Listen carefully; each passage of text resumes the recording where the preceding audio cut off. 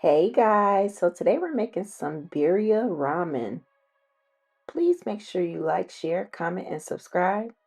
Let's get started with the recipe. So I'm gonna start with my chilies. So I have three Guajillo chilies, one Pasilla chili, and then I have one Ancho chili. And so I am just going to de-seed these, and then I am going to boil them on my stove until they are nice and tender, or you can steep them in some hot water for about 20-25 minutes, just until they are nice and rehydrated and soft enough to blend until smooth.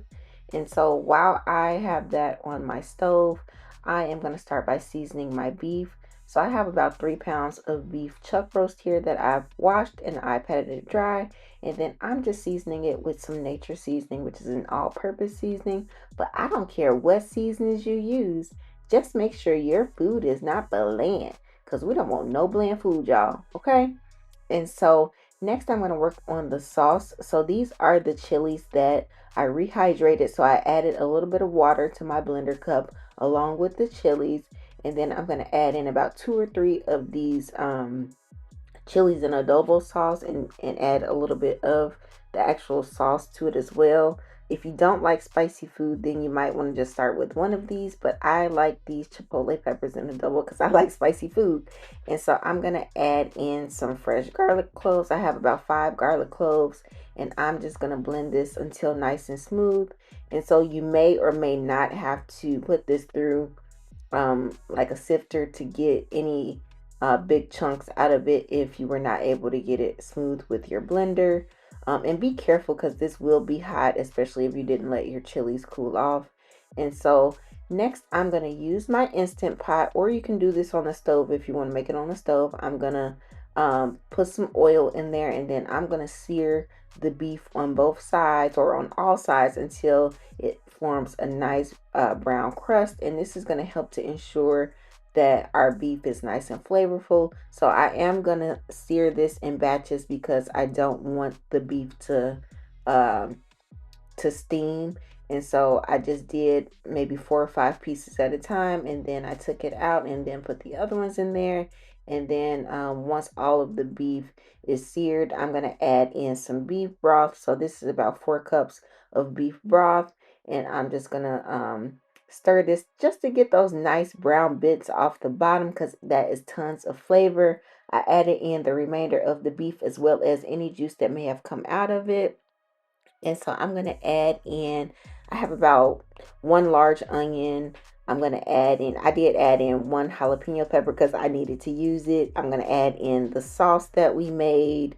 And then I'm going to add in some additional seasonings and spices and some dried herbs. So I have a little bit of some ground cinnamon, just a little bit. And then I'm going to add in some ground cloves, some ground ginger. You want to add in about a teaspoon of some sugar. I'm going to add in some dried thyme. And so you want to add all of these ingredients in there. And I'll be sure to list the ingredients and the measurements in the description box below. I'm going to add in 2 bay leaves. And then I'm going to add in a little more of this beef bouillon for some additional flavor. And then this is some Mexican oregano. I'm adding in about 2 teaspoons of that, and you can crush it a little bit in your hands. And I'm just going to stir everything together, and then I'm going to put it in my pressure cooker, and it's going to cook for about 40 minutes, and it will be nice and tender once it's all done. If you don't have a pressure cooker or Instant Pot, I strongly suggest you invest in one, because these are a lifesaver, and it cuts the cooking time down tremendously. And so after 40 minutes, my beef is nice and tender, and we're ready to go. And so I am making some ramen with this, and I'm using this pasta zero. And this is a good alternative if you are watching your carbs, or you can use regular ramen noodles or whatever kind of noodle you want.